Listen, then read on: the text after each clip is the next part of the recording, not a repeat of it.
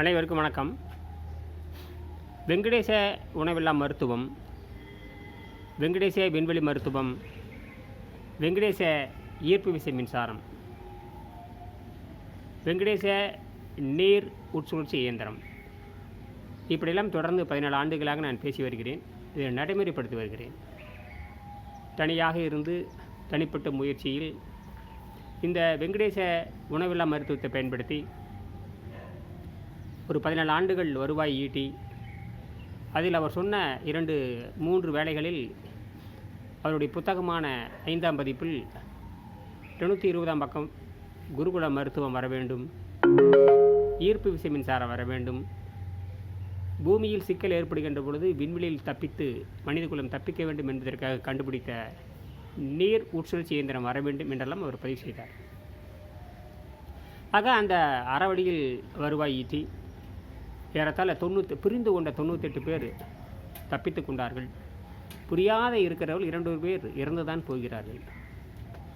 ஒரு ஜீரண நீரை சாந்தப்படுத்துவது என்பது வேறு, ஒரு நோயை குணப்படுத்துவது என்பது வேறு. நோயை குணப்படுத்திய பிறகு மீண்டும் இந்த ஜீரண நீரை சாந்தப்படுத்த தெரியாதவர்கள் மாண்டுதான் போவார்கள். இதை ஒரு காலம் இந்த தாய்மொழி கல்வியில் இது இருக்கிறது. ஆனால் தாய்மொழி கல்வியை கற்காதவர்கள், தமிழிலிருந்து 50,000 ஆண்டுகளுக்கு முன்பாக பிரிந்து போன நீர்த்து போன மொழியில் எதுவும் இல்லை. குறிப்பாக ஆங்கிலத்தில் ஒன்றும் இல்லை. ஆக மருத்துவம் என்றால் என்ன, அது புரிந்து கொள்ள வேண்டும். மருத்துவம் என்றால் என்ன, மருத்துவம் என்றால் என்ன, இதை நல்லா புரிஞ்சுக்கணும். மருந்துன்னு ஒரு அதிகாரம் இருக்குது. மருந்துனா விஷம்னு நீங்கள் புரிஞ்சுக்கலாம். மருந்துன்னா அது விஷம். ஆக அந்த மருந்து 4 வகையாக இருந்து யமனாக மாறுகிறது. அது நோயாளியாக மாறுகின்ற பொழுது யமனாக மாறுகிறது. அப்புறம் அந்த நோயை தீர்ப்பவனாக இருக்கிற மாதிரி மருத்துவன் அவனாக மாறுகிறது. அப்புறம் நோயை தீர்ப்பதற்கு மருந்து கொடுக்கின்ற பொழுது ஒரு யமனாக மாறுகிறது. அதற்கு பிறகு அந்த மருந்தையே பின்பற்றி வாழ்கின்ற பொழுது யமனாக மாறுகிறது. யாராவது மருந்தையே பின்பற்றி வாழ யாராவது தப்பிச்சிருக்கிறாங்களா? ஆக அதனால தான் இப்பொழுது தான் அரசாங்கம் கொஞ்சம் ஏதோ தாய்மொழியில் கல்வி, இந்தியாவில் இருக்கிற தொழில்நுட்ப கல்லூரிகள் அனைத்தும் அந்த தாய்மொழியில் கல்வி கொடுக்கணும்னு முயற்சி பண்ணுறாங்க. ஆனால் அதெல்லாம் சரியாக இந்த நோக்கத்திற்காக இந்தியாவில் 2 மொழிகள் தான் அடிப்படை மொழிகளாக இருக்க முடியும். ஒன்று, தமிழ் மொழியில் இருக்கிற கோடிக்கணக்கான செய்திகள், தமிழ் மொழியிலிருந்து பிரிந்து போன தமிழ் மொழியின் பிள்ளையான சமஸ்கிருதத்தில் இருக்கிற செய்திகள். அதில் மருத்துவம் சொல்லப்பட்டிருக்கிறது.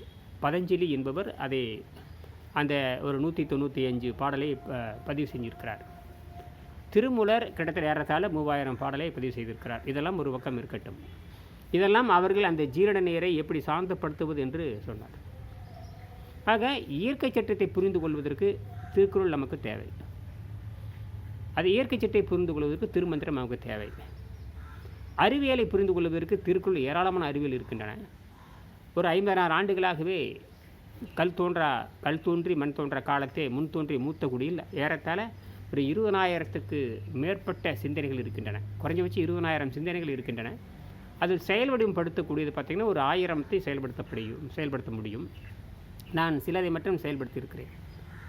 நான் ஏறத்தாழ 35 ஆண்டுகளாக நான் பல்வேறு சிந்தனைகளை உள்வாங்கி தான் அந்த வெங்கடேசன் என்கிற மாபெரும் விஞ்ஞானியினுடைய கண்டுபிடிப்பை நான் உலக அறிய செய்ய வேண்டும் என்பதற்காக நான் அந்த அவர் சொன்ன அறவழியில் பொருளீட்டி என்னால் முடிந்த அளவுக்கு பொருள் சேமித்து இப்பொழுது விண்வெளி மருத்துவத்துறை, விண்வெளி மருத்துவம் என்று தமிழ் மெய்யில் என்ன சொல்கிறது, தமிழ் மெய்யில் சொல்லக்கூடிய விண்வெளி மருத்துவம், தமிழ் மெய்யில் சொல்லக்கூடிய விண்வெளி வாழ்க்கை முறை, தமிழ் மெய்யில் சொல்லக்கூடிய விண்வெளி குடியிருப்புகள்.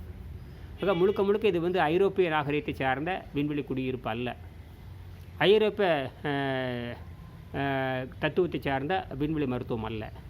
ஐரோப்பிய கல்வி மொழியும் கிடையாது. ஏன்னா ஐரோப்பிய கல்வி மொழி ஒன்றும் இல்லை என்று புரிந்து கொள்ள வேண்டும். அதனால்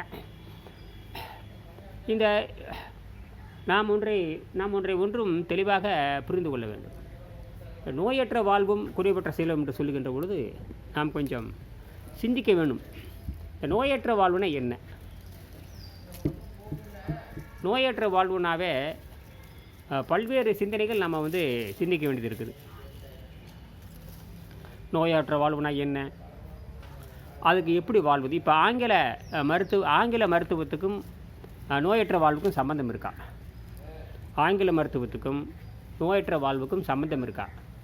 அப்படி சம்மந்தம் இருக்கிற மாதிரி இருந்தால் ஆங்கில மருத்துவர்கள் சொல்கிறபடி இருந்து யாராவது ஆரோக்கியமாக இருக்கிறாங்களா? அப்படியும் இல்லை. அப்படின்னா நோயற்ற வாழ்க்கைக்கு எது வழிமுறை? அங்கே தான் தமிழ் மெய்யில் வருகிறது.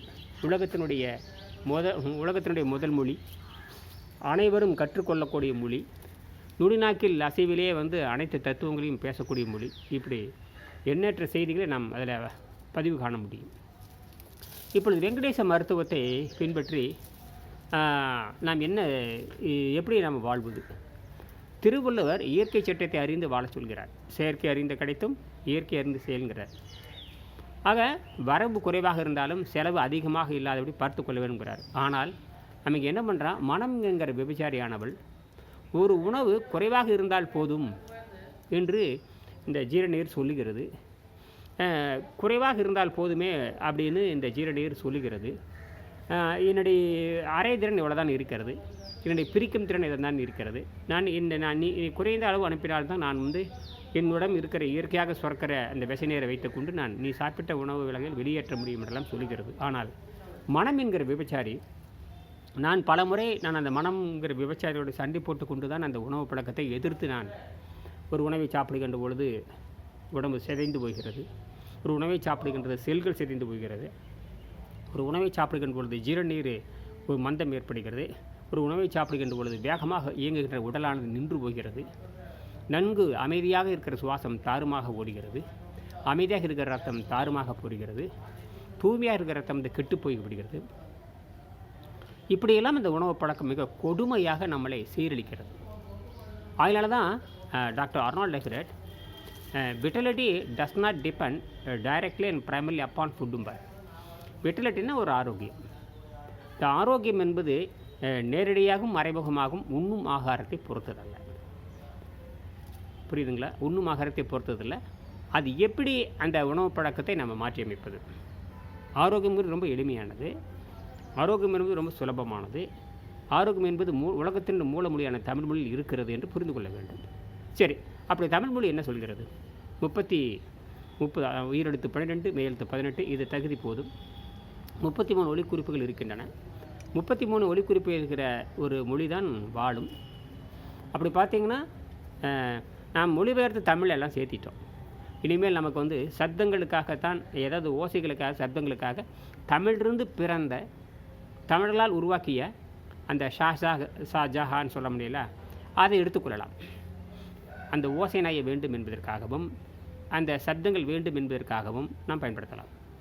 எல்லாமே தமிழ் மொழியிலிருந்து நீர்த்து போனது தான். ஒரு 50 ஆண்டுகளுக்கு முன்பாக உலகத்தில் இருக்கிற 8000 மொழிகளும் 1,00,000 ஆண்டுகளுக்குள் இது நீர்த்து போயிருக்க வேண்டும். ஆனால் மூலம் இங்கே தெளிவாக இருக்கிறது.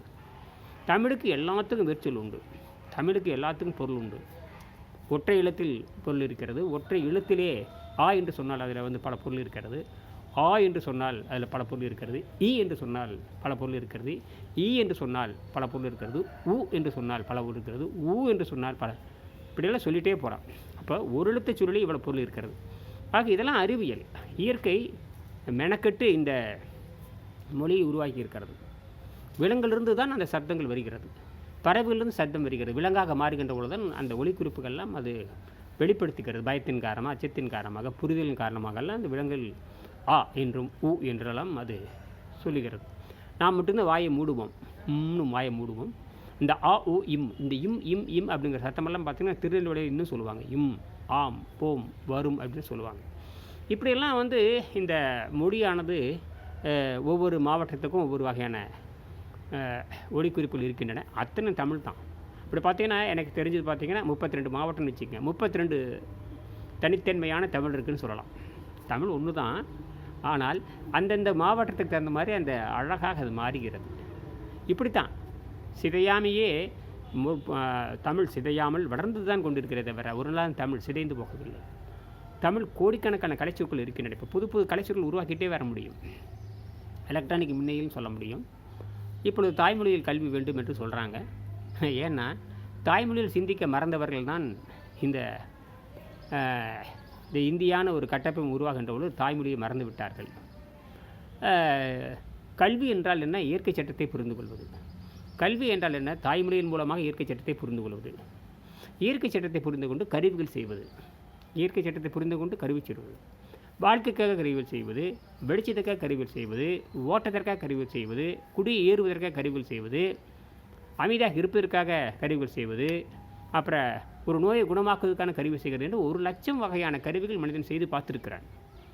ஆகினால இப்பொழுது நமக்கு என்னென்னு கேட்டீங்கன்னா, இந்த எலக்ட்ரானிக் மின்னியல் துறை வந்திருக்கிறது. அதன் மூலம் மின்காந்த அலைகள் மூலமாக ஒரு மனிதனை ஆராய்ச்சி செய்ய முடியும். மின்காந்த அலைகளை வைத்துக்கொண்டு அறுவை சிகிச்சை செய்ய முடியும். லேசர் என்ற ஒளிக்கற்றை வைத்துக்கொண்டு இப்படியெல்லாம் நிறைய கண்டுபிடிக்க முடியும். இதெல்லாம் ஒவ்வொரு மனிதனும் கண்டுபிடிச்சதை தவிர ஏதோ ஆங்கிலவாதிகள் கண்டுபிடிச்சது. ஆங்கிலத்துக்கும் அறிவுக்கு எந்த சம்மந்தம் இல்லை. ஆங்கிலம் பேசினா அறிவு வர்றதுங்கிறது அடிப்படையில் முட்டாள்தனம் இல்லையா? ஆகினால தாய்மொழி கல்வியில் நீங்கள் சிந்திக்க வேண்டும். தாய்மொழியில் ஏராளமான செய்திகள் இருக்கின்றன.